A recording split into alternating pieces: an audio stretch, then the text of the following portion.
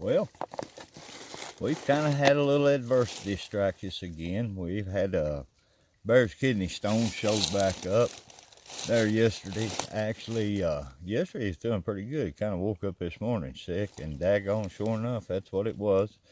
He says, oh, the way that it feels now after a few hours, that it's moved from about 25% to probably 75% to his bladder.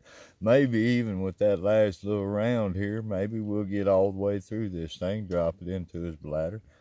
Right now, we're kind of primitive. We're remote out here. We kind of got stuck in a hard spot. I mean, if you're going to come out here on this thing, kind of be prepared. I mean, in my first aid kit, I got stuff to take care of a damn bear attack. Sutures, blood, I mean, everything. Honestly, you can't prepare for something like this. We knew that he had it. We knew that it was something that was smooth, and the doctor told us it was 3 mil. It'd be all right to move ahead, and that odds are he'd probably pass it right out here on the trail. Hopefully that's the case.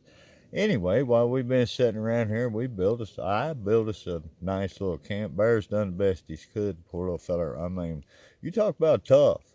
Hey, man, that kid right there, he's tough as they come. I tell you, he's going to make a fine man for some young woman someday. He'd be a gospel girl if I got anything to say about it. Anyway, I'm down here. I've dug us out a little water hole. We kind of hid. We in a little primitive spot. We're somewhere past 100 miles and camped up for the night there last night and was going to hike this morning, but like I said, kidney stone showed back up, but he's doing a lot better. He's up there, got him in a nice, comfortable spot, hid, and I'm just down here filling water jugs. I got, like I said, I'll show you the little water hole I dug out there, man, after I get them done filled up. Pretty much, this is a little tougher way to get water here. Most of the places that I find water, shoot, you take one of them little green leaves off that, I think they called them rhododendrons. I don't really know the name of them. I'll get you one of them here in a second, let you look at them. I got a plant specialist. His name's DJ. He knows all the botany and everything, and I mean, he just loves the trees and loves the forest and understands all of the workings of it, how to take yellow root and make a cough better and all them things. Old DJ, I wish he was with me. He could tell me what all this stuff was. Like I said, I gave you one of the leaves here and show you. These little leaves they're a neat little trick, buddy. If you're in a spot where the water's got a little rise to it, a little high spot to it, I'm gonna lean past you, so don't get scared. I'm not coming after you.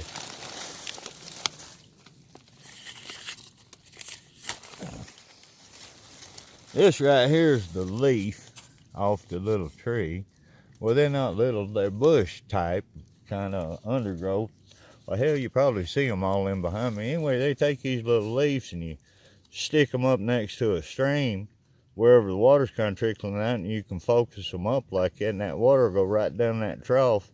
You just stick your water spigot, whatever you got, your cup, your bottle, your reservoir, fills her up just like a faucet, buddy. But down here where I'm at, it's too low. I had to dig.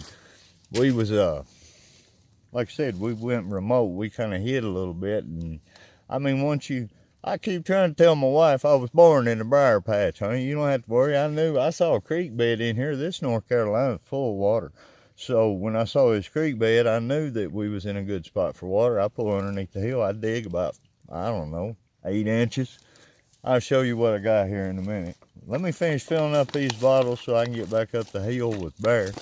We was just kind of trying to check in with you so his mama wasn't worrying. Nobody wouldn't worry about him. I ain't got too much. I got a couple of bottles to fill, so you're going to have to bear with me. And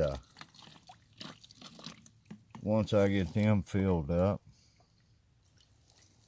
we'll get back to showing you the little hole I dug, and then I'll mosey back up the hill and make sure Bear's comfortable. I'm going to be honest with you, I ain't taking no film up there without he says it's okay, because the kid been in a lot of pain, and anybody that knows pain knows you don't want to be fooled with, and I ain't about to bother him. He's a trooper as it is. So that's one of my bottles. if this mess here is taking too long, Scott is the producer of producers.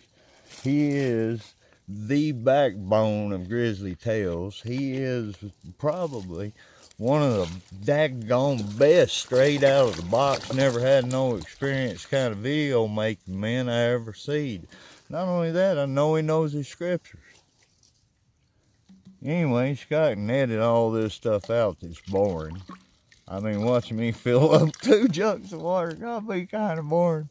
But I'll tell you what, man, it's been a beautiful day. Gosh, the sun has come out, at least in this pain. The Lord has blessed us with good weather. I mean, we could be trapped up here on the side of this mountain summers in a pouring rain or a blizzard. I mean, the Lord has provided us a good water hole, a good place to camp, plenty of sunshine, and an enjoyable day.